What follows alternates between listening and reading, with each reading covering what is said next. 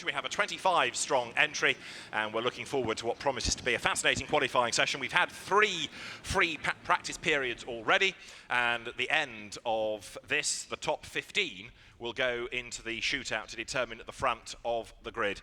David Addison, John Watson, Jack Nicholls, Dakota Jane with you for qualifying, the top 15 shootout, and 12 hours of drama tomorrow on race day.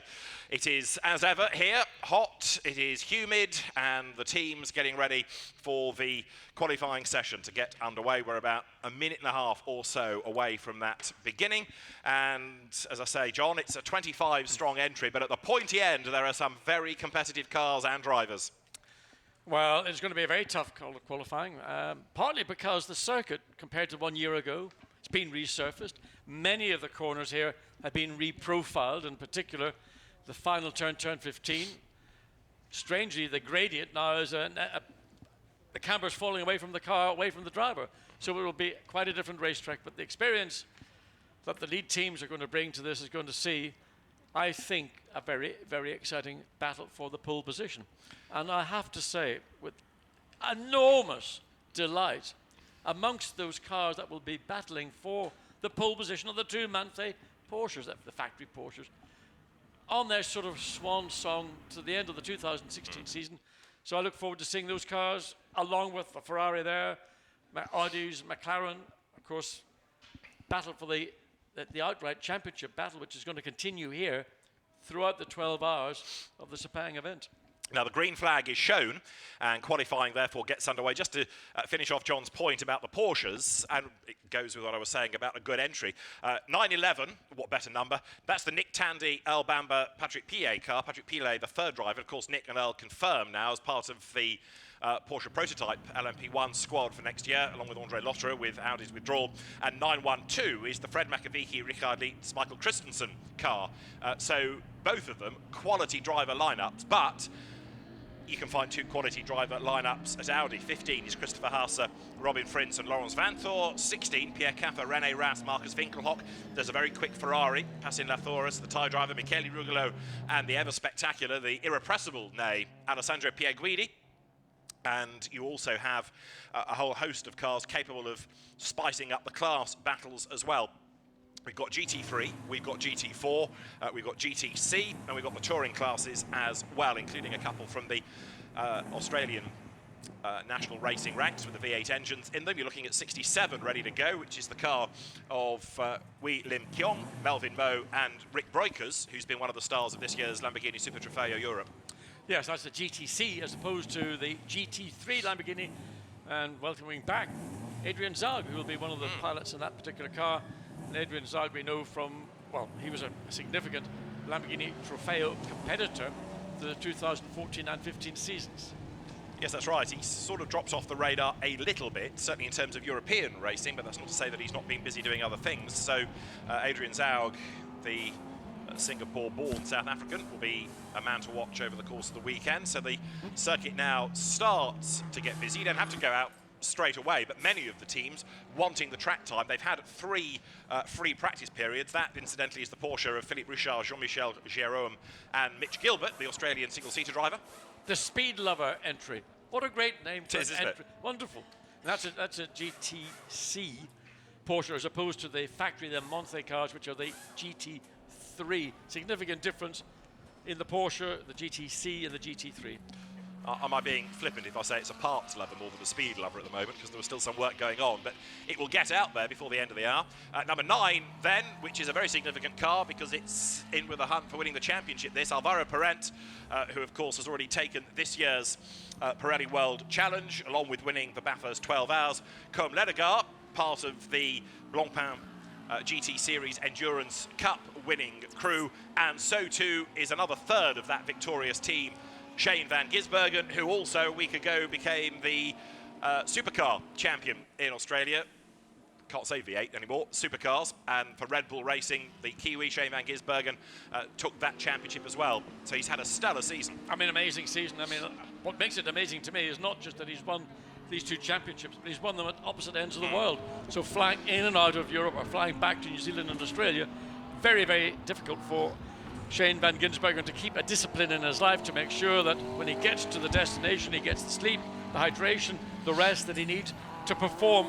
I mean, an outstanding level of performance in anything that Shane van Gisbergen has been in this year.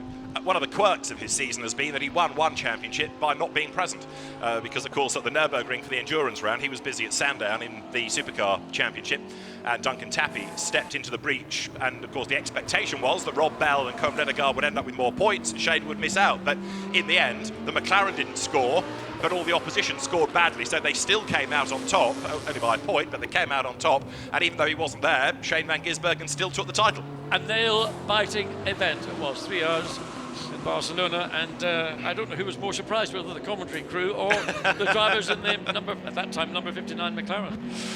Now, what do we expect out of this session? Because in a sense, it isn't just about doing a time, it's getting into that top 15, and with the 25 entries, the bulk of the cars that will progress, it's in that top 15 where the higher graded driver, and if they're all of the same categorisation, then you can pick and choose who your gun's going to be.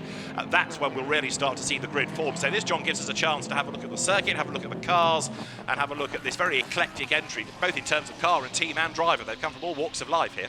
Yeah, I mean, as I mentioned earlier, the circuit has been resurfaced, so that generally provides an additional amount of time. There's been a regrading of a number of the corners, partly because of the difficulties that we suffer here in Sepang at certain parts of the year or certain times of the day when we get literally torrential rain and the circuit flooding, so to try and help some of the flood waters dissipate better and not just gather on the apex of the many of the corners, particularly coming through turns 7 and 8 here as we drop down into the hairpin at turn 9, and then ultimately the final turn 15. So you've gone from a relatively level part of road there now to what I'd call a positive camber, so the road falling away from you all the time, and you're always trying to chase the front of the car to get it to turn in. So lap times best we've seen so far over these sessions has been a 2:03.468, and that was the particular car we're just seeing now, the McLaren X-Pac Racing, and that's Pac with a K. So that car undoubtedly is going to be quick. We know it's also a long distance car because Shane van Gisbergen earlier this year won the 12 hours of Bathurst in not this particular car, what might have been, I'm not sure which one it was, maybe Australia based, but certainly the car has proven both performance and stamina, and Bathurst is a much more demanding racetrack than the Sepang circuit is. Absolutely, and Alvaro Parent, of course, part of that winning crew as well, and it's Alvaro, we understand, behind the wheel at the moment. Just up the road is Kazuyuki Hiramaini, who was busy in Valencia last week in Lamborghini. Alvaro Parent sets the target time, 2 minutes 2.905, and that's the quickest time we've seen all weekend. Yes, I was going to say it's better than anything, because a 2 minutes 3.468 had been the McLaren's time in FP1. So Alvaro straight away is on the money, but does the time stay? It has now been taken off the timing screen for some strange reason. I just wonder, because we've seen a lot of times being deleted because of track abuse, track limits being abused, so times have been deleted as a consequence. We didn't see anything. I certainly didn't see anything from the previous lap, but we've now got the Ferrari. Yeah, that's the Morris Chen, Hiroki Yoshimoto, Shinya Hosokawa, Hiroki Yoshida car of Hub Auto Racing. It's a 488 GT3.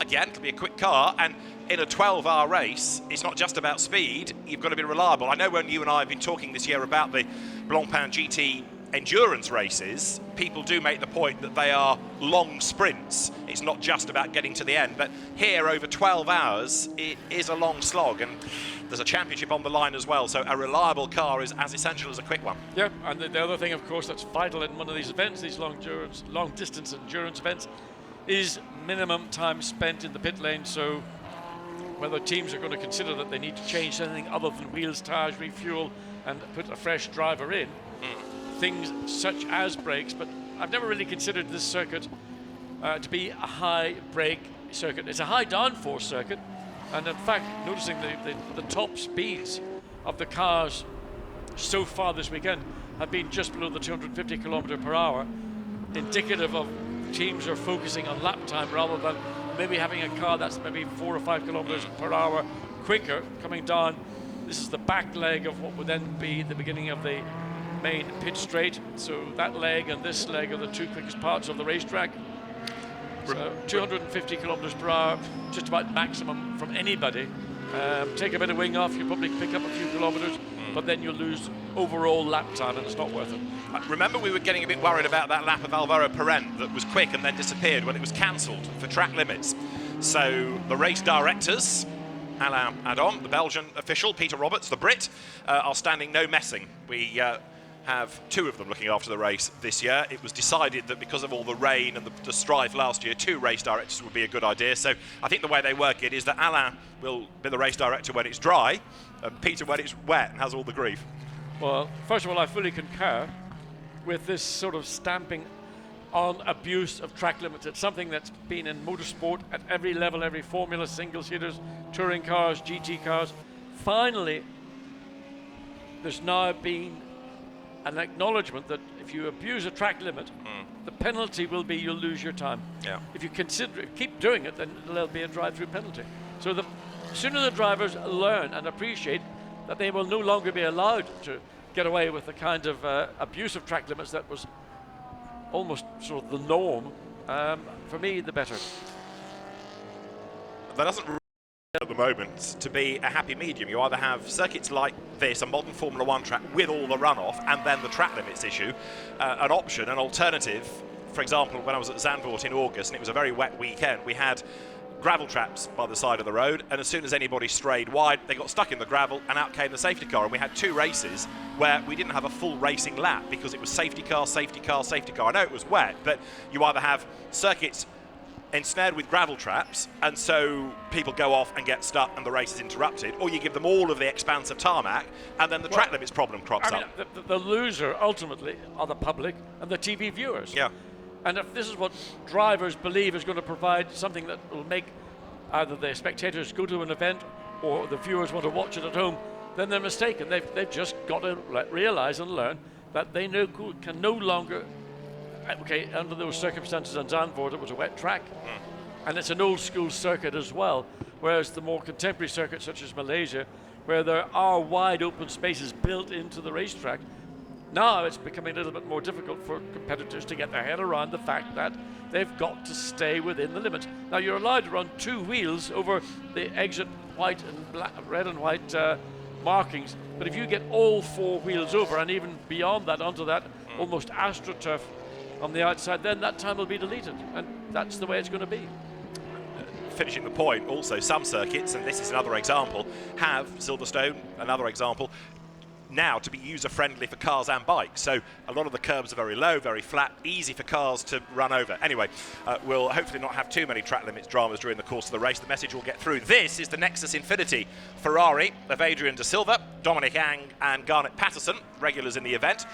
One of the things that's always nice when you come to a different continent is to see different liveries, and Asian liveries, and this was something that was talked about last week in the Lamborghini World Finals when their Asian series had its last round.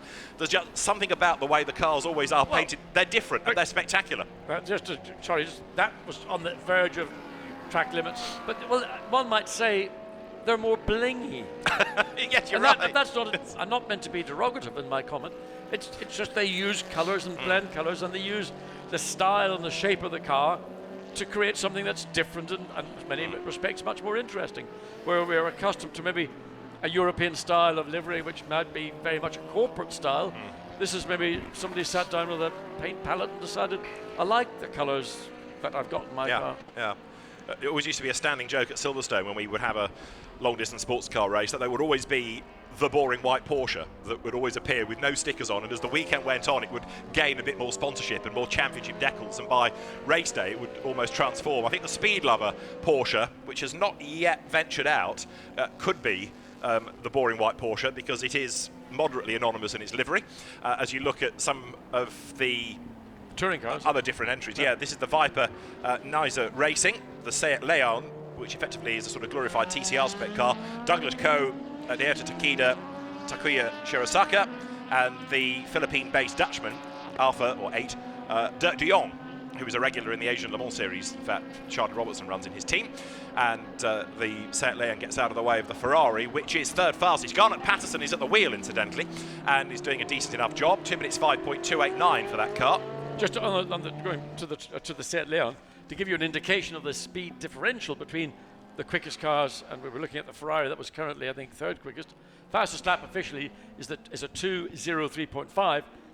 Earlier today, the Seat Leon did a 2:18, so 15 seconds gap between a touring car, and there's only one of those cars in the event, and what was at that point the quickest car overall, which is the McLaren, the K-Pax car with Alvaro Perez, Shane van Gisbergen and Com Ledegaard. Now we're looking into the Phoenix Audi, René Rast, one of the 3 drivers who this weekend could walk away with the International GT Challenge for drivers. And suggesting he was going to be out soon enough, whereas Pierre Caffer was still in civvies, wasn't he, in his shorts, so not suggesting that Pierre is going to be out soon. I'm in my shorts, and I don't expect to be out in the car. No. You have won the bet for those legs, John. The 10 ringgits will be heading your way shortly. Listen, they've been through wars, my legs. It doesn't show, it says here.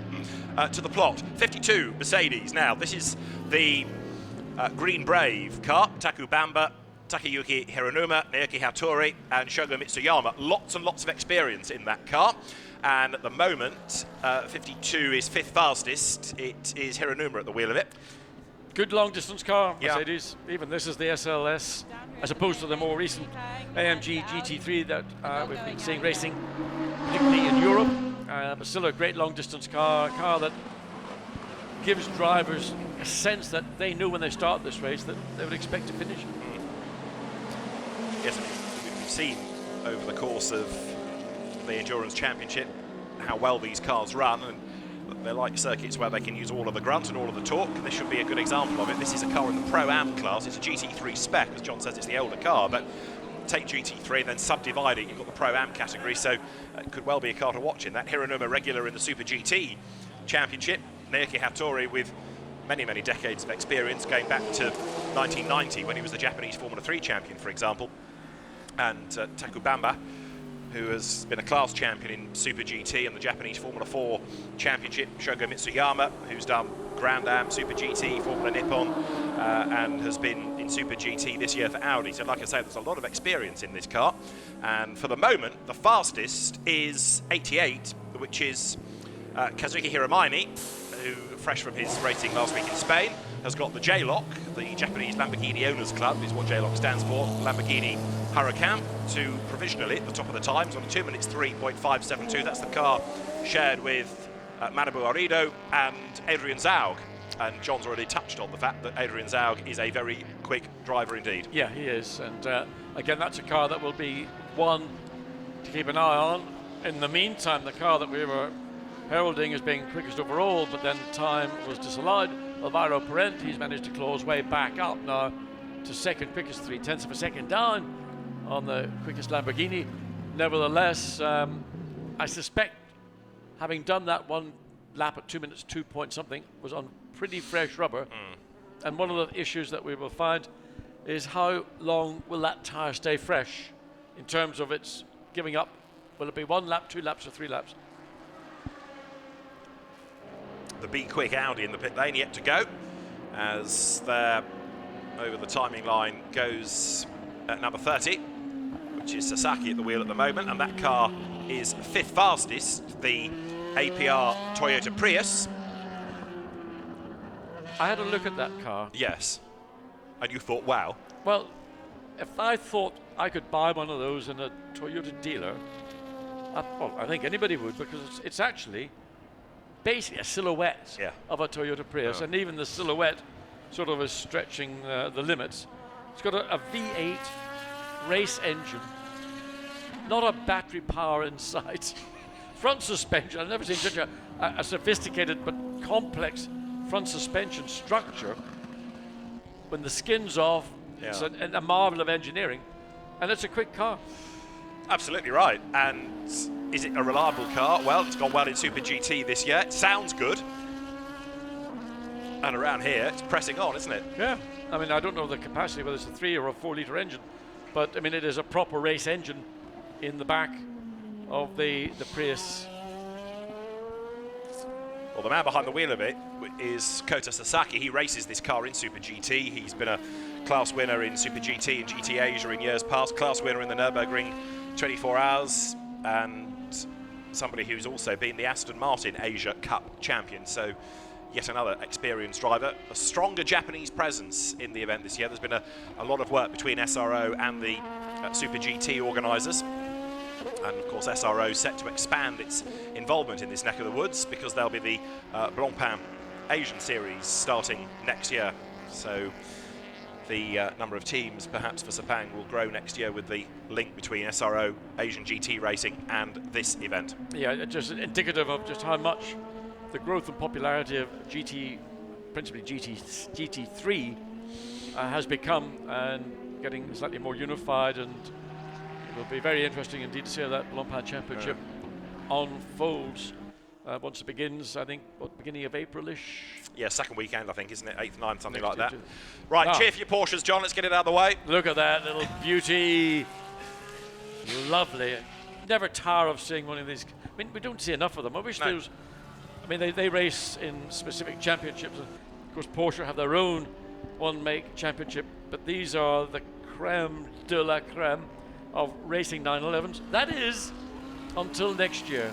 And Porsche have done something, I mean, almost magical. And they've taken the engine gearbox package and they've rotated it through 180 degrees. How they've done it, and I did ask Earl Bamber this morning, but he said if he told me, he'd have to put me somewhere that I wouldn't like. It is a masterful piece of engineering. So this is the traditional Porsche layout, the engine way out the back, and of course with modern aerodynamics there's a limitation on what you can do with the rear diffuser with that engine configuration, but what a great car. Earl Bamber, first lap out. Of course there'll be a personal best, but 2 absolute bests in sectors 2 and 3. We've said during the course of Blancpain seasons that Porsche kind of looks at a different market, different years. So one year, right, we need to look after all the customers in the one-make championships. Right, we've done that. Now prototypes, LMP1, right, we need to do this, we've done that. Now back to GT3, here it is. And the Manthey team, Olaf Manthey, very successful racer himself, never mind team owner, running this car. And 911 is Nick Tandy, Earl Bamber and Patrick Pilet, don't forget. So quality driver lineup, and in the garage it's all smiles for now. So Earl Bamber goes quickest overall, 2:03.106. So the young New Zealand driver who has been rewarded for his outstanding performances, along with that of Nick Tandy there, going into the more senior division within Porsche Racing, that's LMP1, and others will be drafted in, not least of all Michael Christensen, who did so well in the Super Cup in Germany, I believe. So he's going to be now a regular member of that GT3 category. Yeah, those that have lost out, well, you've got Mark Lieb and Romain Dumas as a couple of examples, but also the Audi drivers. Where do the likes of a Rene Rast or an Oliver Jarvis, for example, go now that Audi is withdrawn from LMP1? There's going to be an awful lot of shuffling through the winter. There will be, but some of those have been picked up, and in fact, one of the drivers in our GT Championships back in Europe, and here this weekend, Laurens van Thor, will be moving across from Ingolstadt to Stuttgart. That's right, to go to Porsche for a GT campaign. Alessandro Pierguidi is there on screen and second fastest in the Ferrari.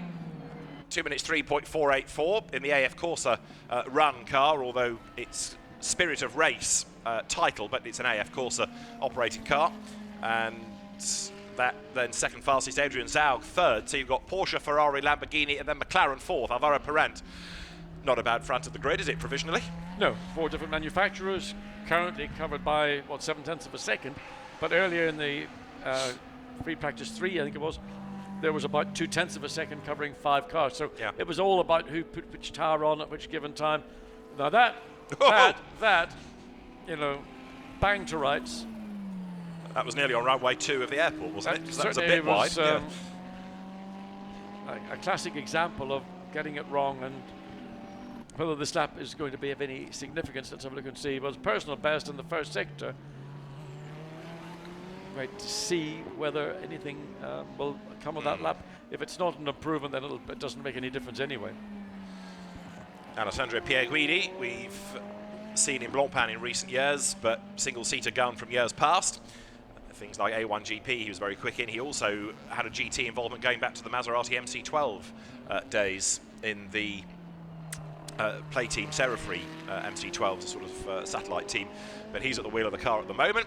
And who else is improving? Well, Earl Bamber, having done effectively one shot, one lap, gets it to the top of the times, and then brings it down the pit lane and says to everybody, see what Porsche can do. Exactly. Top that. So they'll probably just give a quick cycle through of the other drivers in the car, and Nick Tandy will have his chance, and then Patrick Pilet, although they put in whichever first or second. But this is really about getting prepared to have the top 15 shootout as we look into, and Fred Makavicki. Another star. Yeah. Ex-Aston Martin, ex-McLaren racer. We've only got times from 14 cars. Carlo Van Dam's Ferrari has gone out, yet to do a time. René Rast has only just ventured out as well in number 16 Audi. So 25 we have, but quite a lot yet to go out, interestingly. Looking at Fred, I mean, he's one of those drivers that occasionally get into a bit of trouble. Yeah. But he's got a set of dentures on him, which when he smiles at you, and he always smiled, you think, how could you ever get upset with him? Yes, that's true. So Fred moved over from Aston Martin to become a Porsche factory driver. But he was one of the mainstays, wasn't he, prior to that, of the Hexis team with Aston Martins and then McLarens. And the McLarens, yeah. He's one of those light bulb drivers. Screw him into any car, switch him on, and he just delivers. Absolutely. Some drivers over the years, take Lawrence Vanthoor maybe as an example, pigeonholed with one brand. Fred Makavicki is somebody who has gone well across lots of different constructors. Yes, but I think getting the seat at Porsche was probably the best seat he's ever had. And when you're a part of a team with that heritage and level of success, then you assume that that's then acknowledgement, a recognition of where you have come from. Indeed. And again, the possibilities that exist within a brand that is racing in more than one category. That's the aspiration, no doubt, that Fred Makavicki and others in the team would have. You're looking at Garnet Patterson, who is currently 6th in the Ferrari, make that 7th because Carlo Van Dam goes 4th, but Alessandro Pierguidi, incidentally, has now gone to the top of the times, 2 minutes 3.017, 89 thousandths quicker than Earl Bamber's pitted Porsche. It's down the pit road. Yep, the lap we've just seen on timing of scoring, we didn't see the lap prior where the Ferrari was all four wheels off the track. Was not the lap that he set this time on, to my knowledge, but just seeing car number 27 to Silva, car 50 also must respect track limits. That's your man Pierguidi, isn't it? Yeah. Yeah, Garnet Patterson I've been talking about because he is shown as the driver, but it's because, and this may well turn out to be a drama when we get to the race, the driver ID switch is in the wrong place. The driver has to get in and manually click the switch over, and he has not done it, so it's in the wrong position, but it's Adrian De Silva at the wheel, having taken over from Garnet Patterson, who did the time early on. Carlo Van Dam then late out, but going well. But I think things are going to get lively now because you've got René Rast, who, for my money, is an absolute star, Christian Colombo, and Peter Cox. Now, Peter is in a GTC car, number 26, the Be Quick Audi. It's the Cup spec Audi R8 from the One Mate Championship that runs in China. But Peter Cox is never slow, is he, no matter what you put him in? No, he's not. We haven't really seen a lot of Peter Cox. Maybe in 2016, certainly somebody in a Lamborghini back in the days when he was running in the championships back in Europe. Always somebody go-to guy if you wanted your car to be quick. But in the Cup car, while it's more maybe looking at endurance rather than out-and-out pace, nonetheless, you'd expect in that Cup category Peter Cox to be, the driver that would be the one most likely to give you that kind of performance. Absolutely right. Lap 4 of the number 50 Ferrari, Alessandro Pierguidi, has been cancelled for track limits. Now, he stayed at the top, but John was pointing out the track limit abuse, and the officials have clocked it as well. There is 11, that's Carlo Van Dam, whose best efforts were 8th this morning across the free practice sessions. And Carlo Van Dam, very, very experienced single-seater driver before he came to race in Asia, German Formula 3 champion, then the Japanese Formula 3 champion back in 2008, but he's been a regular in Asian Le Mans, Carrera Cup Asia, Ferrari Asia Pacific, GT Asia, knows the circuits very, very well. That is Peter Cox on the black and yellow Audi coming across start-finish line, so let's have a look and see what his time is. It's an outlap. An outlap. So worry not, but the next one will be the one to monitor. So Peter, whose CV goes on for days because he has raced so many things over the years, single-seaters initially, but it was in sports cars and touring cars, late 90s, early noughties, that he really came to prominence as a BMW factory McLaren driver, part of the Schnitzer squad. along with the likes of Steve Soper and Roberto Ravaglia and JJ Leto, and a BMW and a Honda Works touring car driver, and the list goes on and on and on. I remember them in touring cars at the beginning of the 21st century. Yeah. And of course, for recent seasons, he was a mainstay of Lamborghinis, wasn't he? It was Peter that tended to win Lamborghini Super Trofeo races with a wealthy wallet as a co-driver, and then he and Mark Hayek won the German GT Championship and raced together in Blancpain and. Yep, the Reiter Lamborghinis. That's it, yeah. And Peter, whose daughter has started racing competitively in recent times, still enjoying his racing. I was just looking at the timing and scoring. Got El Bamber has now been repositioned as being quickest overall because the lap from the Ferrari number 50 being deleted, so it's the Porsche once again is doing nothing, sitting in the garage, has gone quickest again. Ooh, Peter. Ooh, you don't want to be doing that regularly. That's the way you can get caught out very quickly, particularly coming out of the exit of. I mean, he's on it hard, isn't he? That was the exit of turn 10, he dropped the wheel. So up this long return straight, probably the slightly quicker of the two because the speed as you come through turn 14 greater than the speed that you exit out of 15. So around about 245, 46 kilometers per hour has been the best we have seen so far in this session. Interestingly, the lap that El Bamber did, his top speed was only 241 kilometers an hour. So Porsche again focusing more on the lap time more than top speed. Peter Cox goes 9th fastest. Perhaps not surprising because there was an enormous amount of effort put in. But what about René Rast? Because he is also on a mission. René's opening lap put him 12th fastest, and he's about to come across the timing line. The time to beat is a 2 minutes 3.106. He will come across the white stripe now and will go 6th, 2 minutes 3.955, which is a sort of lap, isn't it? It's not standout, but it's, and to coin a phrase, there or thereabouts. Depending again on the freshness of the tyre that he's got on the car. If that was brand new set of tyres, you'd expect, I would have expected to see the Phoenix Audi much further up, maybe certainly not in 6th place. Currently 0.8 of a second down on El Bamber's time set a little earlier. There's the 912 sister car to the El Bamber car, the 911, or number 911.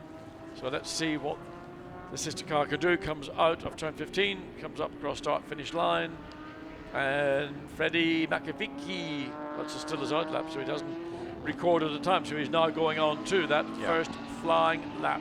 This is the one that counts, isn't it? So of the two worked Manthey Porsches, 912, 912 is the one with the green bits, the yellow flashes to differentiate 911, 911.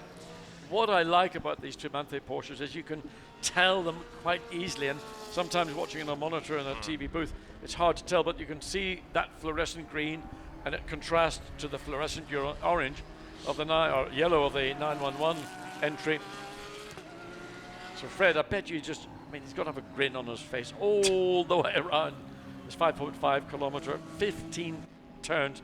They're actually probably more if you want to count curves, but they're not counted officially. It's 15 laps. Fred runs very wide. Coming out of turn 7, he won't want to do that too frequently because that's on the limit, undoubtedly, of what will be acceptable. We've got the lights flashing. Again, runs very wide coming out of turn 8, runs down into turn 9, gets up alongside. This is one of the two entries from Australia. There's a Ford and a Mazda. They're again virtually what I would call a silhouette formula with a big V8 engine almost sitting beside the driver. It's that far back in the chassis. You also got Ginettas in the entry. You got a couple of, certainly one from Leeds. The Ginetta G55s in GT4 trim. Fred Makavicki then taking a great big bite of curb there on his way up towards the completion of the lap, coming through turn 13, and Fred Makavicki then the time to beat 2 minutes 3.106. René Rast has gone second, but this lap from Fred Mako has been a personal, an absolute, and then a personal best. 4 sectors to the lap, so he's about to come out of turn 15 up towards the timing line. He's being warned about track limits though, so I'll give you the time, but whether it stays, let's find out. Up towards the line he comes, 2 minutes 3 to beat. Is it going to be a Porsche 1-2? Let's see, he goes over the line and he goes second fastest, 0.269 of a second back. So it's 911 from 912. But he is being observed. We caught a couple of moments particularly coming through the exit of turn 8. Got all 4 wheels off. So a time that currently is second quickest, and that's what 2 and a bit tenths of a second from the sister car. Fred Makovic, no doubt, will be comfortable with that, but he would like to be quicker than the sister car. So he has to wait and see whether that time that has been observed, maybe with the first warning, that's it, but does it the second time, then he will have that second time lap disallowed. The other fascination about this year's event is that Yokohama tyres the tyre for everybody, whereas last year, although Yokohama proved to be the favoured option, not everybody came with them and had to do deals late in the day. 9.12 has had its last lap time removed, so I'm afraid to say Fred Makavic's lap is disallowed, and therefore he does not yet have a lap time to his name. The point, just to finish off about the Yokohamas, means that some of the cars racing this weekend on a tyre they're not familiar with because they don't run it in other championships. Some might be used to it, others not. So it's another factor to throw into an already fascinating race. Well, if you're a European-based GT3 team, then your tyre of the championships are going to be a Pirelli, which is a different style of tyre, different construction, different philosophy. So putting on a brand new tyre, I would like to think that some of these teams would have managed to get a set of tyres at some point to test them before they made the trip out to Malaysia for this event. So all your springing and damping and crucial elements of setting a car up are issues that would be not wanted to start to work on here in Malaysia. There's something strange going on upstairs. On my weather app, it said it would be pouring by now, and it's actually quite pleasant. I mean, everybody's delighted. Now there's just on the limit, Fred Makovic coming through turn 14. Just, I would say that would, for me, be as much as you can do.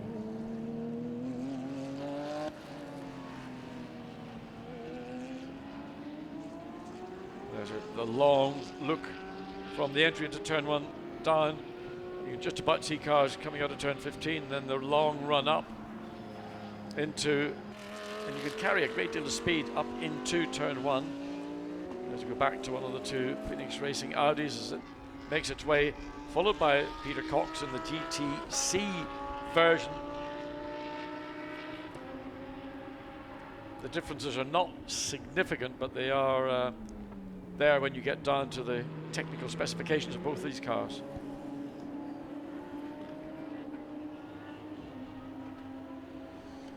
Now the session has 24, call it, minutes still to go into the last 24 minutes, and then there is the top 15 shootout at the very end. There'll be a half-hour break between this and that, but we, as I say, go then down to the top 15, who will decide the front of the grid. With, at the moment, Earl Bamber the fastest by 0.343. Sounds like a Volvo time. So the 911 by 0.343 from the number 16 Audi. So you've got Porsche from Audi, from Ferrari, and then 4th fastest is 88, which is the J-Lock Lamborghini. Where's the McLaren, you may ask? 6th at the moment, number 9 McLaren. So the 15 Audi with Laurens van Thor, who probably must be wondering what the world's doing to him, because the last time he was in one of these cars, he came across the start-finish line in Macau flying, literally flying. That wasn't even the line, was it? I mean, it was down at sort of turn 2. He won the race, but you're right, he was upside down and won the World Cup by being upside down. He came to receive his trophy at the SRO prize giving the other week, and nobody recognised him the right way up. Scary accident. It was. Anyway, shows the strength of these GT3 cars. Whereas Laurens van Thor comes down into frustratingly slow turn 9, then up through turn 10. Back end of a car usually is always getting a bit sort of loose. This is not a flying lap from Laurens van Thor, as you can tell. Winner of the event last year with, remember, Stefan Ortelli. That was sort of Stefan's farewell, wasn't it, from Audi? And it was a win. Is it going to be a farewell with a win from Audi for Laurens van Thor this year? Oh, well, I'm sure lots of people in Ingolstadt would think that's a very fitting way to sign off from, I don't know, how many years has he been with Audi? 4 or 5? He's certainly had a wonderful career. It's been more difficult this year. It's been a tougher year. Certainly 4. Yeah. It's been a tougher year. Started off in Mezzano with a victory, and then it's been a bit on the lean side for the Belgian. Of course, he's now got his younger brother Dries, who's I think only 18, just shadowing every footstep that Laurent is doing. And a lot of Laurent's success has come with the Team WRT squad, as we have a rotating Ferrari. He's with the Phoenix team this weekend, as Moses' squad, but he's also driven for other teams in the ADAC GT Masters Championship, for example. So slot him into an Audi and he delivers, but it's all going to change next year, and we have a red flag because possibly that car that we had seen spinning. I thought I saw it moving. Well, I did, but the race director has decided that it's time for a stoppage. Yep, indeed. And with it being qualifying, I'm expecting the clock to stop. It has not yet done so, but the red flag has been called for. Clock's still ticking down. Yeah. We didn't see, so the Ferrari certainly had turned 14, but that didn't indicate to me that it was in a dangerous position. But the team manager of that car has to go to the race director immediately. So it looked like a fairly innocuous spin, unless, well, clearly there is more to the story than we're aware of. But it is going to come out in the wash, I suspect. So the clock carries on ticking. Earl Bamber the fastest, 2 minutes 3.106. We still haven't had all 25 cars out. We know that the Speed Lover Porsche was in strife because it was being worked upon. I'm trying to work out which is the other car that hasn't yet been out and done a time. But there's definitely one more that we haven't seen as yet. So we're still really waiting to see why the red flag was... Now, while we have the interruption, let's go to the pit lane. Earl Bamber is with Dakota Jane.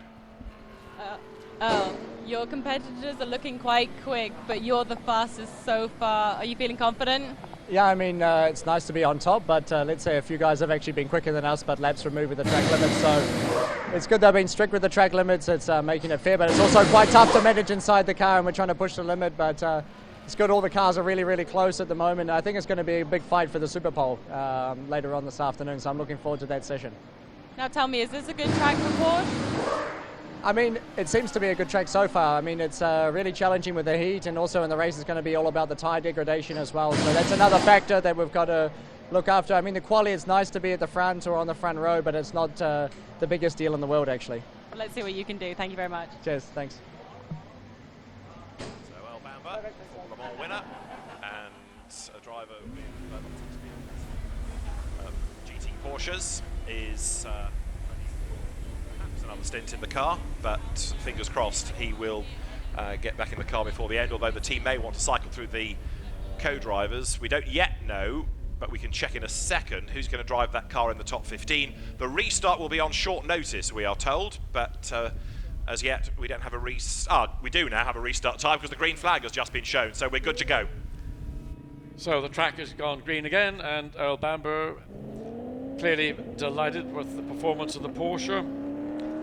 And still, I suppose you have to think, I mean, things you've got to think about here in Malaysia forget about a 12-hour event, talk about just doing a run of 5 or 6 laps, is heat, heat, heat. And remember, a GT3 car, you don't want to have too much ventilation in the car because the aerodynamic of... Turn her off, please. We're getting thingy coming through here. So the field, once again, gets back on track.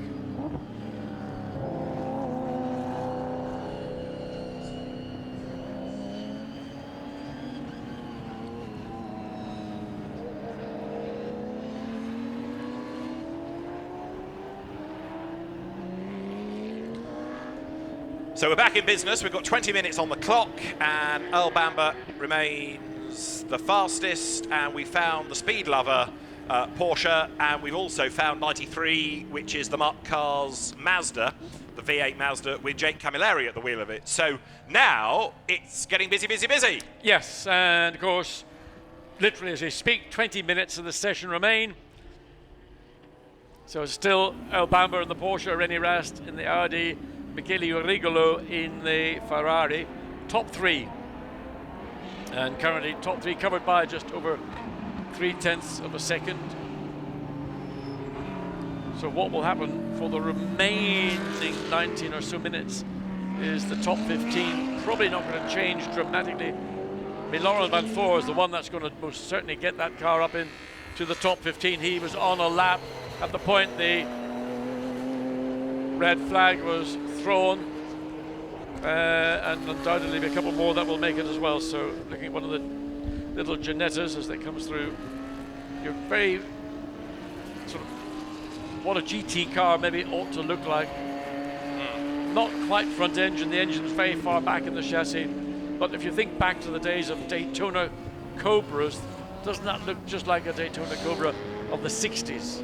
It has that shape, doesn't it? It's got the fundamental shape, that cut-off rear, the cram tail, and the nose. Look at the way it dips under braking. Indicative of just how gently these cars are sprung. Just going back to an earlier point, a question is posed and an answer comes. Thank you, Audi Sport fan on Twitter. Laurens Vanthoor has been an Audi peddler since 2012. The first year he was a WRT driver in isolation. Since then, he's been an Audi factory driver. 2013 onwards, but 2012 was when he first got behind the wheel out of Formula 3 cars.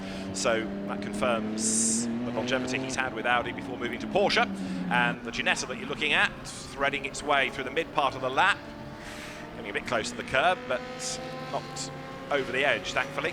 69 is the G55 with Dan Wells at the wheel of it. Dan, quick British driver who a few years ago moved to Hong Kong and funded his racing through effectively a crowdfunding scheme, and has gone very well in the Formula Pilota China series and then into sports car racing in this part of the world. He had a rather ill-fated effort in the TCR race at Macau last year, but Dan, since he's moved over here, has acquitted himself very, very well. Trouble is, he sort of dropped off the European radar a bit, but he's a good little peddler. Yeah, I mean, if you can get employment out in the Far East, certainly there's a very vibrant GT championship in this part of the world, and it's affordable, then you have to do it. The hope is that you do sufficient that somebody might just pick up on that back if you want to go back and try and get into the maelstrom of European or so Western motorsport and GT categories. It's increasingly difficult because the popularity is seeing a lot of drivers that are not able to progress in their single-seater careers being drawn into GT racing, coming in with a lot of talent, a lot of experience, sometimes with a lot of budget too. Just to go back to another earlier point, the gun drivers for the pole position shootout at Porsche, Earl Bamber and Fred Macavicki will drive, Alvaro Parent in the McLaren, Laurens Vanthoor and René Rast in the two Audis. So that is what we are being told will be the format from the teams when we get to the top 15 shootout, which will be at half past the hour, 4:30 local time. And just watching the performance of the Ferrari coming up past the Ginetta, not a massive amount of difference in straight line speeds. And when you think a GT4 car with the amount of horsepower it has, as opposed to the Ferrari, which has probably got just over 500 horsepower, it didn't fly by.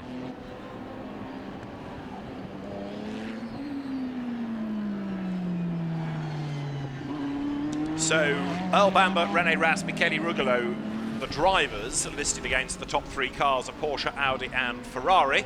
Then you've got Lamborghini 4th, Ferrari 5th, McLaren 6th, and GT3 lock out the top 11. The one rogue, in a sense, is 52, which is the Mercedes, and I know it's an older car, which is 14th. Now, Mitch Gilbert in 35, in 333 rather, the Speed Lover Porsche, straight out up to 15th. So Spot that on. is a GTC car, but it illustrates what happens, and you talked about this, John, in the context of Peter Cox.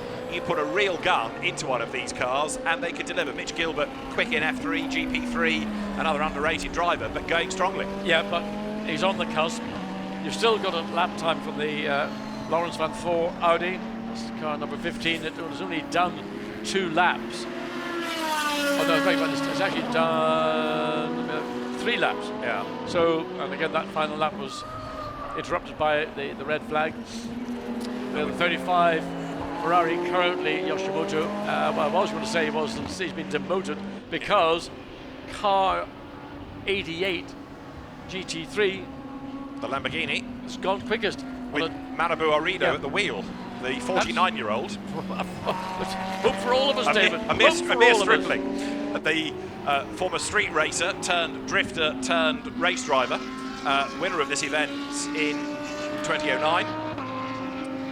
Driver safety teacher and very quick driver himself, TV presenter, but he's done the fastest time. That is a bit of a turn-up, I would have thought, compared to some of the stars he's ahead of. That is the surprise of this session. Yeah.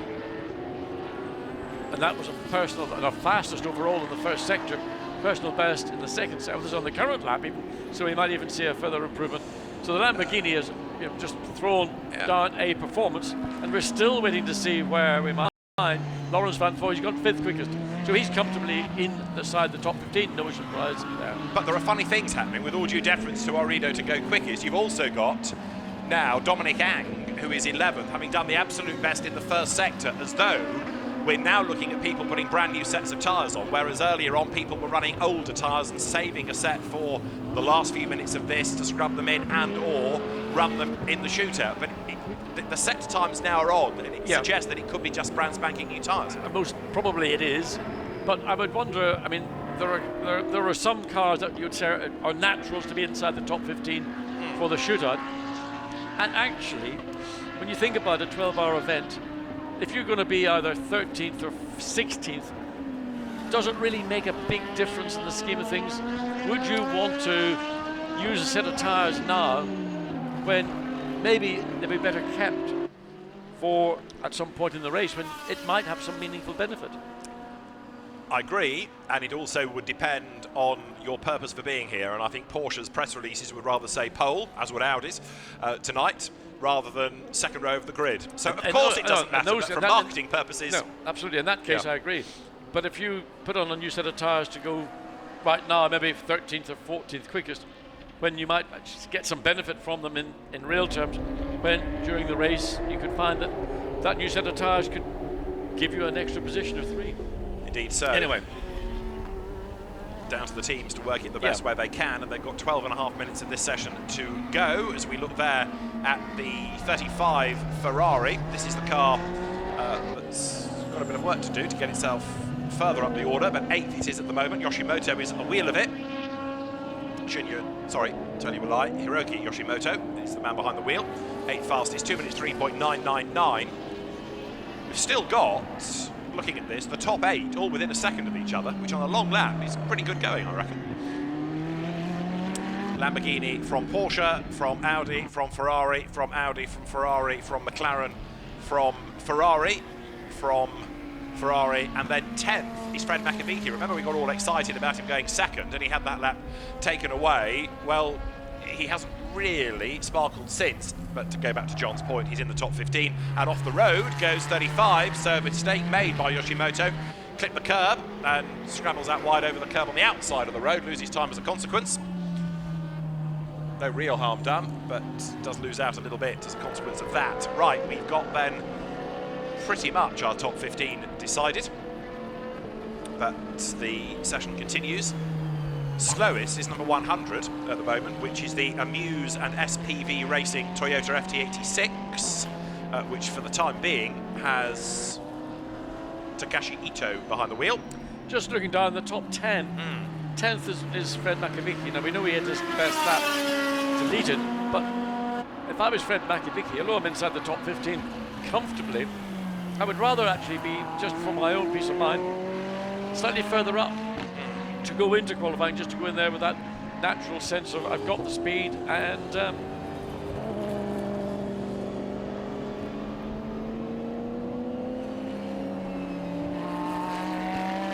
as the session wears on, 10.5 minutes on the clock still. Who else do we have looking as though they might be improvers? Very few now, although Dominic Ang is still pushing on, and Melvin Moe was going rapidly until his last pit stop, and Peter Cox, yes, is the other one that we can't rule out. So one or two drivers still pushing, but now the Ferrari heads for the pit lane, and there is 88 then. So at the moment, this is the fastest car in the session, but I do think it's going to be shuffled once we get to the end of the top 15. So at the moment, it is Manabu Orido who is the fastest, and the great looking and sounding Prius, John made the point, is a kind of silhouette, a sort of DTM style version of a Toyota Prius with the way that the Super GT regulations work out, but it just looks and sounds fantastic. I mean, it is. It's all you expect a race car to be. Yeah. It looks racy, sounds great. It's a proper racing engine. It doesn't. I mean, it's got silencers on it, but I mean, goodness knows what it would sound like if they were ever de-restricted. And it is, you know, what engineering and motorsport's all about. You're pushing the boundaries. And if you look at a standard Prius, okay, it appeals to certain people because of what it is there to do, but it's not sort of the sexiest thing you're ever going to see in four wheels. No, I agree, but if you fill it absolutely full of steroids, and this is what you get, it's a different kettle of fish altogether. I mean, it is a pure race car, and just getting just a little bit too ambitious coming into turn 14, runs wide and has to get back out of it, so whatever we hope would be a better lap. Currently the best is 2:05.8. I doubt that will see any further improvement. I mean, I'm going to the pit lane anyway. It's interesting you see a GT3 car, which is sort of almost the opposite of that. It's sort of lacking a bit of steroids. This is just, you know, it's bristling everywhere. But can it last for 12 hours? Well, it's a question, isn't it? I think it'll be there at the finish. Funny enough, although last year didn't have a very high entry, we only had 2 retirements, one of which was the... Well, you didn't have a 12-hour race last year, David. The event lasted for 12 hours. They weren't racing for all of it, but despite the waterlogging, we only got 2 retirements. One was the fancied Ferrari, but everybody kept going. Of course, the regulations allow, if you stop trackside, the car will be retrieved and you can get back into the race. You're not stranded for the duration. In this category of racing, I think that's perfectly right and acceptable. And you want to get everybody, where possible, back to the pits to carry out any repairs or to clean the gravel out, whatever, and let it get going again. Oh, it's a tire squeal somewhere. There was, possibly down at turn 1, I think, if it's from that camera. So we'll see if anyone has rotated. Can't spot a yellow as yet. The green Bray Ferrari, Mercedes, I should say, dives down towards turn 1. Then loops left at turn 2 and plunges downhill to turn... Oh, you're ahead of me. So that car currently is 13th fastest with the other Bamba, the differently spelt Taku Bamba, B-A-M-B-A, as opposed to Earl Bamba at the wheel. And we have got 7 minutes and change on the clock before the session comes to an end. About 4 cars maybe on the circuit right now. Everybody else is content and happy to sit out the remaining minutes of this session, and the top 15 pretty much stable. I don't anticipate anybody looking to go out and try and put a spike into that current top 15.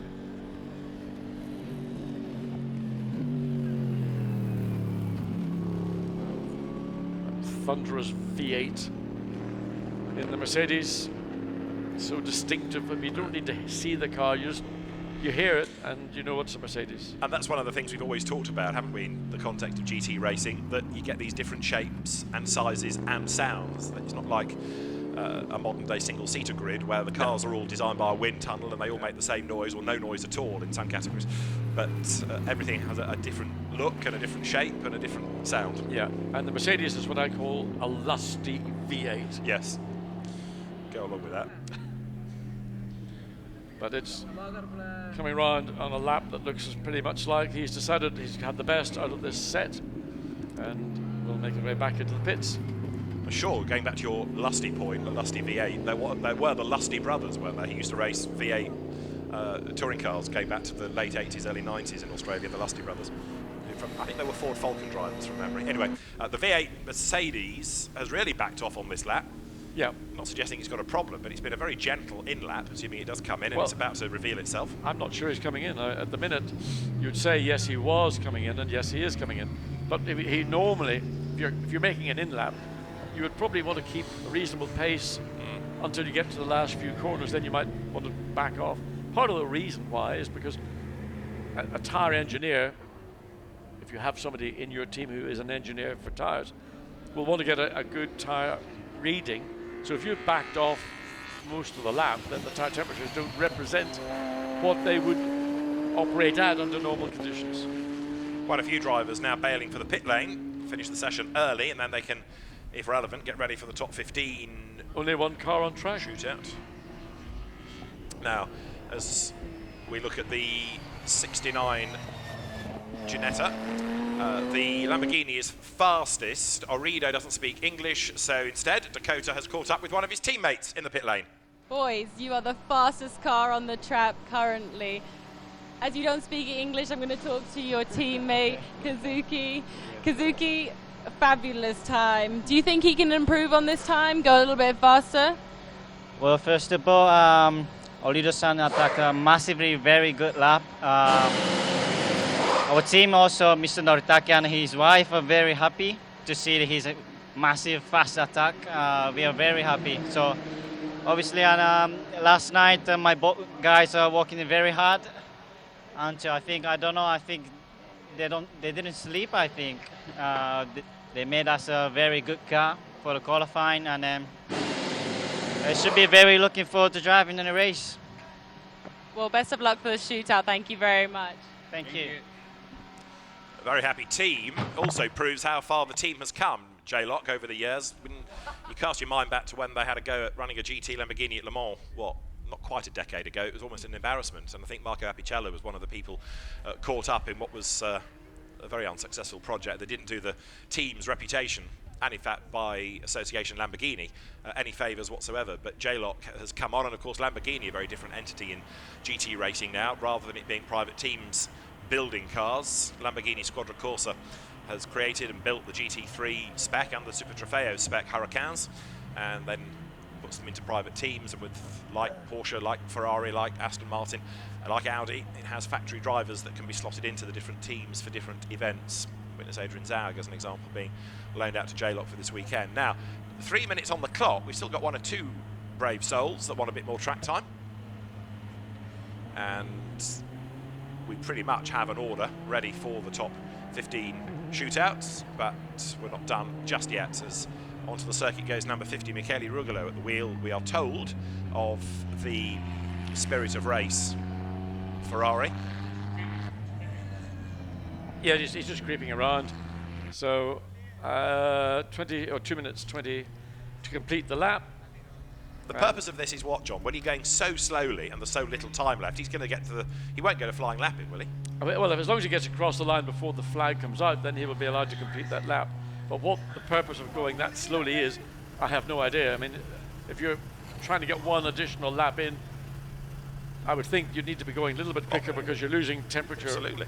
by the corner, both brakes and tyres. So I'm not very clear as to what the purpose of this out lap is for. I'm assuming it still is Michele Rugolo.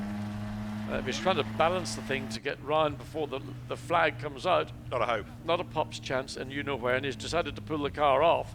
So there must be either an electronic issue with the car or hydraulic or something, because he's bringing the car to a stop. There was something wrong, and maybe that was the reason he went out to see whether they'd rectified it, but that's bad news for that car. That was a car Absolutely. that was a potential front row sitter, and it's not going to be back in the pit lane, and it's qualified for the top 15 run-up, but whether it will actually make it, hard to tell. It's a moot point, isn't it? So we sort of know why it was going slowly, because it had a problem. It's parked kind of around the back of the paddock through turns 5 and 6, and will be retrieved from there. So that leaves us with the Ginetta still out on track, hustling on, and the yellow flag, but it's not really a danger, is it, with only one other car circulating, so that can be retrieved at the end of the session, and then we'll get ready for the top 15 and the red flag, so the session won't restart with 42 seconds to go. That's it. So they've got to get the Ferrari onto a flat. I mean, there's the car, you can see it just coming out of the exit of turn 5, so they've got to get flatbed truck to that car, get it onto it, get it back to the pit lane, get it off into the garage. Oh, it's got it going again. Strange. I mean, obviously there are resets, and it's running normally. So whatever the resets in the car, whatever the problem was, by a sequence of resets, he's got it rebooted, and it's now running normally. Control-Alt-Delete, isn't it? Huh? Control-Alt-Delete. We've seen that on occasion with electrical problems, and you do a reset, and off you go. Yeah. Imagine that we're in the race, though. You've lost, what, best part of half a lap? Well, you wouldn't want to lose it. I mean, you don't want to lose exactly. any time whatsoever, but to lose time, that was the best part you said, maybe half a lap or so. Yeah. Car running now as it was always intended to. We're not going to see a lap time because the session is stopped, and therefore the clock has stopped. This is now being timed, so how much he will have lost we can't in fact say. The session won't be resumed, so the car really just has to make its way to the pit lane. So it's 3 minutes past 4 local time, and at half past it's going to be the top 15 shootout, which will sort out the front of the grids. There the red flags are shown to the only other car that's still out there, which is the Ginetta number 69. But the most important thing for the Ferrari from Achille Urugolo is there is a red flag situation. You have to slow down. He was the part of the lap, the midsection of the lap he was on. He was getting back up to race speed, so at least he's now done the right thing, slowed down. He didn't pass the Toyota just ahead of him, and he drives back into the Ginetta, I beg your pardon, drives back into the pit lane. So whatever the issue was, it was resolved from within the cockpit. Maybe a little chat to the team on the radio. And here it is, all set to go. Fourth quickest, 2 minutes 03.4. And follows the Zen Low Ginetta down the pit lane. Ginettas crop up in different categories all over the world these days, and key supporters of GT4 racing. So the session had almost got to its natural conclusion, but a second red flag confirms 88. The J-Lot Lamborghini is the fastest, 2 minutes 3.069. So Porsche second, Audi third, the Earl Bamber and Rene Rast cars, and the top 15 shootout will be getting underway in about 25 minutes time. So from John, me and Dakota, we'll see you in about 25 minutes or so. The top 15 to determine the grid, the shootout at 4:30. Bye for now.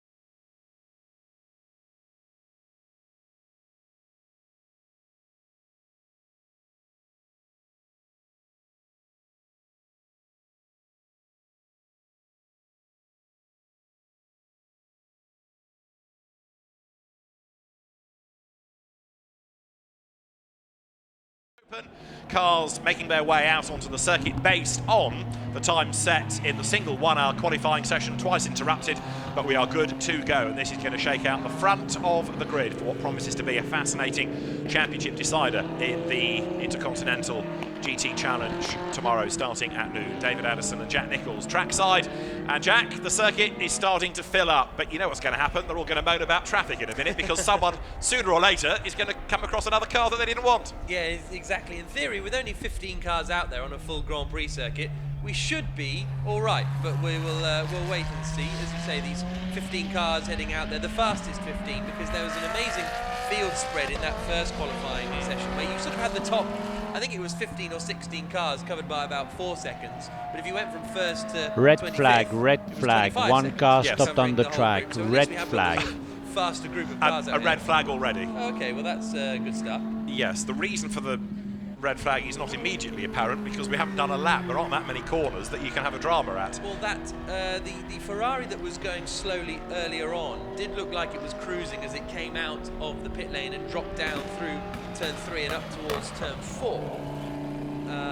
It went off at turn 3 and has now rejoined. So we'll see whether that's the reason for the red flag or not. But Yeah, anyway, a little bit of an anticlimax. could have been the Pierre Guidi Ferrari because it hasn't been offered up with a sector time. Anyway, they'll pit and we'll try again. And the clock has stopped because this is a qualifying shootout. Just to tell you who is going to drive what for the purposes of the shootout, the number 7 Honda Civic, I'll give you every car, whether they're qualified or not. It is Teikian Boone who will drive. Number 9 McLaren, rather more significant, is Alvaro Parent. Number 11 Ferrari, Carlo Van Dam. The Phoenix Message Audi from 15 race to 16, director, Lawrence team Van Thor manager, in 15, car Rene Rast 50 in report 16. to race Peter Koch director drives the Be Quick immediately. Audi, Team manager, which is the, car 50 Cup report spec to car. race director 27 immediately. Ferrari, Dominic Causing Ang. red flag. The Causing red flag. Toyota Prius with the LMP1 Toyota engine powering it is Kota Sasaki. Ferrari 488, number 35, Hiroki Yoshimoto. There it is. 39, Raiho Sakuchi. 50, Alessandro Pierguidi. But we think that's the Session one that may will have stopped. restart on 52, short notice. Mercedes, Session will Shogo restart on Mitsuyama. short notice. 55, Ginetta Charlie Robertson. 65, Seat Takuya Shirasaka. The Lamborghini 67, Melvin Moe. Ginetta 69, Dan Wells. Ferrari 75, Christian Colombo. Grant Johnson was nominated as the driver of the Subaru, but that didn't qualify. Manabu Orido, whose Lamborghini took the fastest time in the qualifying session, is going to drive in this. Nick Rowe, Jake Camilleri for the 2 Mark Cars class. Entries, Kenny Lee for the Toyota number 100, Mitch Gilbert, who was quick in the Speed Lover Porsche 333, and then the Works Porsches, the Manti cars, as you look at the Prius of Kota Sasaki, Earl Bamber in 911, and Fred Makaviki in 912. Right, who's your money on for pole position then, Jack? I'm going to go for Fred Makaviki. Right, There we go. That's it said. Just quickly, it was the number 50 car, the AF Corsa Spirit of Race entry with Alessandro Pierguidi at the wheel, who came to a stop at turn 3 and then resumed. So, in fact, looking at the sector... Green flag, green flag. Well, there we go. Green flag back underway again, and the team manager of that car has been asked to go to race control immediately for causing a red flag. So that was, as you heard, Alain Adam, the race director, giving us the green flag, and so we are off out onto the track again. But again, more frustration for Pierre Guidi. And for the team, because the team manager is going to the race director immediately for causing a red flag. Oh, now, who's your money on? Sorry, who's your money on? well, yes. You see, there's a nice fence to sit on here. I'm tempted to say Earl Bamber, but I fear a tirade of abuse from an Audi engineer if I don't say Lawrence Van Thor. But I don't know, I just get an Earl Bamber feeling. There it is, 911. So we're both going Porsche. Okay. Yeah. No favoritism here. It's nothing to do with the fact I'm thinking of buying a Porsche either. Really? Yeah. Well, I got one for a week road test in October and was quite smitten. Other brands are available. Indeed. Witness Mercedes, he says hastily. 52 venturing out, Shogo Mitsuyama at the wheel. I know it's the older Mercedes, and it's not going to necessarily be an outright winning car, but it could be a Pro-Am class winning car, and they are still mighty beasts, those, aren't they? Yeah, they certainly are. And the Mercedes AMG has had a good debut, winning the Blancpain Championship with Maxi Bouk and Dominic Baumann. But the SLS kind of stands out. To me, the AMG GT3, it's a great looking car, really good looking car, but it just kind of falls in with the other little it's too GT3 cars, isn't you it? know? Yeah. Yeah. The SLS, Right. the Nissan, the Bentley, they've all got something a bit about them. Presence. Yeah. Yeah. Yeah, it doesn't look the most aerodynamic, but it's got that brute force and the angles of it. You're right, it all stands out. It has been a very, very successful car, and also good for the privateers. You know, if you think back to domestic GT championships, that type of Mercedes, Jones Brothers, for example, in British GT, or Blancpain and others in Germany and elsewhere, you know, it's always been a good user-friendly car. Yeah, absolutely, very reliable. So everybody now is out on their out laps again, just under 12 minutes to go in this pole position shootout. We've got 9 of the cars out there. Neither of the Audis, as you can see, have made their way out onto the circuit You yet. don't want to rush these things. No. You know, you only need one lap. Exactly. So, who is it going to be? Lawrence Vanthor and Rene Rast will be the 2 stars to take the Phoenix Audis out. WRT, the winning Audi team last year, but Audi has decided for this year that Phoenix is the team given the task of operating the works cars. And is it a poison chalice? Because they've got quite a fight on their hands with a very quick McLaren and, of course, 2 very quick Porsches. Yeah, they're going to have to prove their mettle, really, Phoenix, aren't they? Because they haven't really had the success of WRT in the last couple of years, specifically in Blancpain. Of course, they are experts elsewhere, very successful at the Nürburgring and such, but in Blancpain, it's been WRT all the way. Yeah. You're right about the Nürburgring. I mean, the team is based over the road, Yeah. but has always excelled not just with DTM Audis, but Nürburgring 24-hour success. So there's that circuit knowledge, but this is a rather different circuit altogether. That's 911, which is El Bamba ahead of the McLaren then. So Alvaro Parent, factory driver, installed behind the wheel of this car that he shares with Cobb Ledegaard and Shane van Gisbergen. And Parent has done, not surprisingly, an absolute best in Sector 1. So this should be up at the pointy end. Neither of us have tipped it for pole position, so that means it probably will be the quickest car. But Parent has managed to get the road to himself. And so far, this is looking good. Yep, very good first sector. Lost a little bit of time, I think, coming through the left-hander of 5. The back end stepped out just a little bit on that 650S, but no one else has matched him yet in that first sector. We haven't had any real front runners yet. The likes of Dominic Ang has gone through the first sector and not set the world alight, but we're still waiting for those Porsches on their outlap. The Ferrari of Pierre Guidi is still in the pits as well. So are you suggesting that Dominic is anging about? We've started already. 12 hours, isn't it? back to the McLaren then. Purple, purple, purple. When was the last time you had a track with 4 sectors? Was it 4 sectors last year? I think so. Our paperwork from last year is still in the booth. Oh yeah, that's everybody, true. so We'll have a look. we can research this quite easily. Because Jack finds the shelf and finds all last year's paper and his boarding pass from last year and everything else he left behind. The McLaren, meantime, is about to offer up the target time.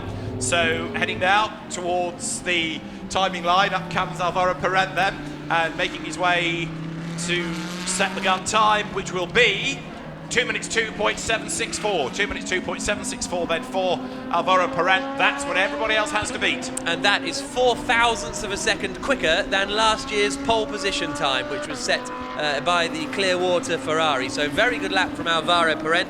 Purple in all 4 sectors, but here comes the 911 Porsche down to the hairpin now, into the left-hander. Earl Bamber at the wheel. The Kiwi exits, and this is going to be the start of his flying lap then. So across the 9 he comes. David Addison's bet for pole position. Apologies, Earl. So down 26 track limits, turn 8, lap time under investigation. Car 26 track limits, turn 8, lap time under investigation. So you just heard Peter Cox being warned about track limits. The voice you heard is Alain Adon, the race director. And Earl Bamber, given the driving duties, I suspect it's because he's done the bulk of his racing, or has spent quite a bit of Current time lap racing time here. of car knows 26 the circuit very cancelled. well. Current lap time of car 26 cancelled. Track limits. Confirmation, Peter Cox has been investigated, lap time pinged. So 26, Peter Cox clamped down upon for track limit abuse. And Earl Bamber, in the meantime, is the one we're watching. 2 minutes 2.764 to beat, and he has done an absolute best in the first sector. But Manabu Orido as well has done a very, very good first sector, slightly quicker than Earl Bamber. So that is very impressive in that 88 J-Lock Lamborghini. We saw them jump to the top of the times in the first part of qualifying. Thought maybe it was some fresh tyres or some such, but the pace looks like it's still there. I'm also interested that they put Orido in the car, because clearly he's no slouch, but he wouldn't have been necessarily the first pick. Bamber is on the limit, riding the curve, the car moving around quite a lot. He's not exceeding track limits, but he is absolutely on the edge. Uses a big bite of curb on the inside there, which is perfectly legit. Up now towards the end of the lap. He's got this long right through 14 to go. Past the sport race pit, grandstands on the left-hand side. And what has he done on this lap then, Earl Bamber? He was an absolute best in Sector 1, but that has now been bettered by Orido, so it's personal, personal, personal across the three sectors, and at 2 minutes 2.764 to beat. Let's see, Dominic Ang is up to second as Earl Bamber exits 15 up towards the timing line. Carlo Van Dam ahead of him has just gone second, and Earl Bamber goes second fastest, misses out on pole by 86 one-thousandths of a second. 2 minutes 2.851. Now Orido has made a mistake somewhere on that lap. The second sector was about 4 seconds off, his third sector about 10 seconds off. So this is the man, Fred Makavicki, who is the man to keep an eye out for. Best of anyone in the second sector. Personal best in sectors 1 and 3. Where is this going to put the Frenchman as he exits, comes across the line, and Fred Makavicki cuts the timing and goes quickest, 2 minute 2.634. So just a tenth of a second quicker than Alvaro Perez. So Porsche, McLaren, Porsche, Ferrari, the top four. Told you. So Fred Makavicki by 0.130 of a second is at the top of the times. Right, Audi next. So we've had a shot from McLaren. Second, we've had 2 goes from Porsche. All 1, over 3, the place, all over the place. Way wide is Laurens Vanthoor. Well, he was trying hard, that much was evident, but he'll have wasted time in that last sector for sure. Yep, 5 minutes to go, so that is not going to help Laurens Vanthoor's case at all. His teammate René Rast is still in the pits, did an outlap, and then came straight back in. So no progress for René Rast as of yet. We'll keep an eye out on that out of the window. What's Vanthoor's time going to be as he comes across the line? He's yet to set a lap time so far. Only 12 drivers have set a lap time, and Vanthoor jumps up to 7th quickest. So an awful lot of time to be found in there by Vanthoor. He's 1.3 seconds off. Let's have a look at it again, coming into 13 and 14. So he rides the curve, approaching it, starts to lose traction, and it goes and it goes. He gets it all more or less back under control, but it had 4 or 5 bites there, didn't it, getting anywhere near to an apex. And as we said at the time, evidence of the commitment Laurens Vanthoor was putting in, but so nearly got away from him. So it is Porsche, McLaren, Porsche, Ferrari, Mercedes, the top 6. Best Audi, only 7th. Yet to have a time. Pierre Guidi, who we fear has a problem because he went out and pitted again, and we've not really seen the best out of Manabu Orido in the J-Lock Lamborghini Huracan, nor René Rast. And there is Rast, and this ain't going to be all that sparkling either, is it?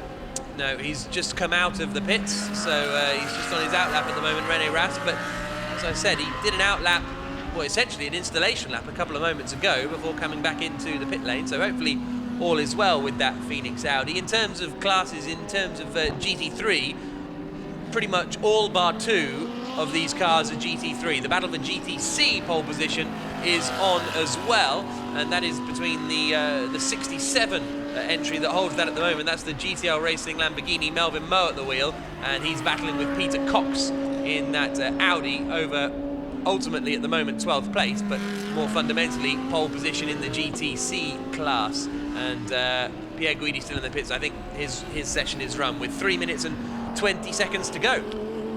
And it's a big concern for that Ferrari team because it's not really run cleanly for the last half an hour or so. The end of qualifying was clearly a problem. It stopped and caused the red flag to come out at the very end of qualifying, and same thing at the start of this top 15 shootout. As you look now at 27, which is Dominic Ang. Whoa, really on the limit.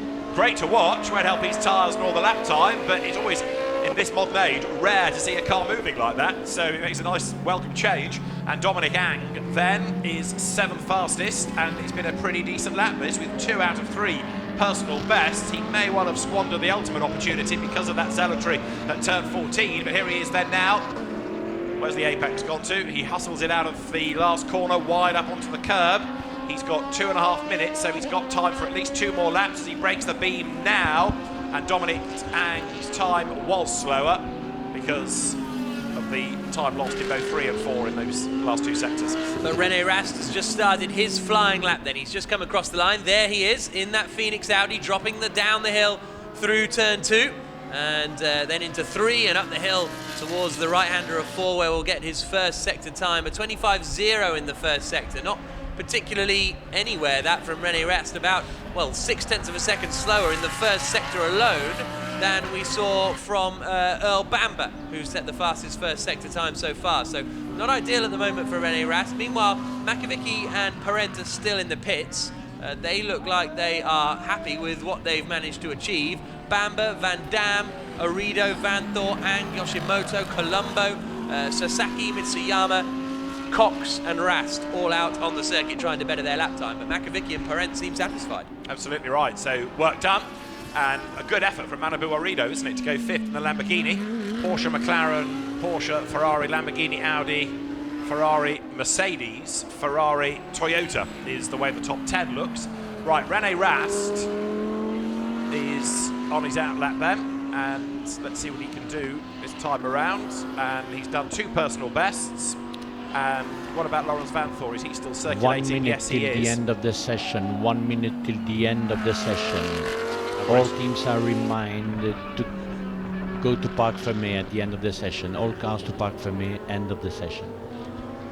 Well, René Rast sector 2 is a little better. His third sector has lost about 0.4. This is going to put him sort of between 6th and 8th, I'd have thought, for René Rast. And he's gone got it very all wide. locked up. You heard the tire squeal, and that, well, it doesn't completely destroy the session because he's got 1 more lap to wring out of it as he comes up towards the timing line. Marcus Winkelhock, Pierre Caffer amongst those watching on. René Rast did improve up to 10th, but there's got to be more to come. He's got 1 more shot at this, and he can't blame traffic because he's virtually got the road to himself. There are precious few others staying out there, and so with Fred Makovic the fastest by 1/10 of a second, it now or never falls to René Rast to get an Audi up to the front of the grid. Yep, indeed. And Carlo Van Dam still out there in 4th Check red place flag, at the moment, but check the red checkered flag. as you hear, is out before Van Dam can start any more flying laps. So René Rast is the only man who can do anything about this. And again, he's 0.4 down in the first sector alone on the Porsches. He was all right in sectors 2 and 3, but sector 1 losing considerable amounts of time. His teammate Lawrence Vanthor only 6th quickest, to be fair, 0.8 of a second off. So Audi's not really looking like they've got the pace at the moment. No, you're right, absolutely right. So it's a bit of a concern, isn't it, this, as the day completes. It's a lot cloudier than I was anticipating it to be. Now, 10 minutes to 5 local time. Certainly not as bright and sunny as we had for the equivalent session last year. But it's a lot drier. It is a lot drier. We haven't had as much rain, and therefore the circuit's in better condition, although the race director is fearful that the rain is being saved for the race itself. So the teams have had no real experience of it this year, but the memories will stick in the mind, I'm sure. So René Rast, not only was he down, as Jack said, in sector 1, personal best, but down by 0.4 on the best. He lost time against his own efforts in sector 2. Oh, and again, you can hear the tyres squealing as he struggles for grip. Sector 3 is a personal best, so you string it together, there might be a couple of places to be gained, but it's not going to put him onto the front row, is it? So mid-grid, I fear, for René, but let's see how many of the rest of them he's ahead of. Up towards the checkered flag and the red lights. Session over, and the last car to take the flag, René Rast, then up towards the timing line. At the start of the lap he was 10th, at the end of the lap he is 9th. Wow. All that effort, 1 place. Marcus Winkelhock looks absolutely perplexed in that garage, doesn't he? Yes. Yes. That's not what Audi expected out of the session. No. It's not what we expected from Audi at the end of that session, I don't think, either. But it's what I expected from Fred Makovic. I thought you went for Earl Bamber. No, you went for Earl Bamber. Oh, Don't start playing the senile card. Fred Makovic Who are you again? is going to be on pole position. With a time at 2 minutes 2.634 from Alvaro Parent at 2 minutes 2.764, and Earl Bamber 2 minutes 2.851. Then Carlo Van Dam 4th ahead of Manabu Arido, Lawrence Vanthor 6th. So Porsche, McLaren, Porsche, Ferrari, Lamborghini, Audi, Ferrari, Dominic Ang 7th, Mercedes, Yoshimoto 8th, Audi 9th, Rene Rast, Ferrari, Christian Colombo 10th, Toyota 11th for Kota Sasaki, 12th was the GT3, number 52, Mercedes in the hands of Mitsuyama. Then it was the Audi of Peter Cox, 67 was 14th, that Melvin Mo's Lamborghini out of GTC, and the one that never did a lap time, Alessandro Pierguidi in a Ferrari that starts the build up to the race effectively with a problem. This is the last thing they needed coming into the race. Remember last year it was a fancied Ferrari that was eliminated early on with damage, wasn't it? And then the problems got worse and worse and worse. But tomorrow there's no warm-up session for the cars, is there? No. It's straight into the race. There's a support race for the local Formula 4 single-seaters in the morning, but there's nothing other than the installation laps round to the grid. So that team now will be starting to get a bit nervous. Yep, a lot of work to do for them overnight if they can figure anything out overnight. Maybe they'll be driving it around the Sepang car park. And the Be Quick Audi then it is who's on pole position in the GTC class. Peter Cox setting that lap time quicker than Melvin Moe, so it'll be Cox and the Be Quick Audi team on pole position for GTC. But Porsche first and third, and I think they're going to be, well, I know they're going to be very satisfied with that, with Alvaro Parent slotting in second position. So it's been an intriguing session, and it promises to be a fascinating race. There's the race in isolation. There's the Intercontinental GT Challenge to look forward to as well. Race gets underway at 12 o'clock local time. We'll be with you a good half an hour or so before that to talk about the build-up to the race and hear from some of the drivers. So we look forward to your company tomorrow. For now, with Fred Makovici on pole for the MOTUL Sepang 12 Hours from Jack Nicholls and David Addison. Bye-bye.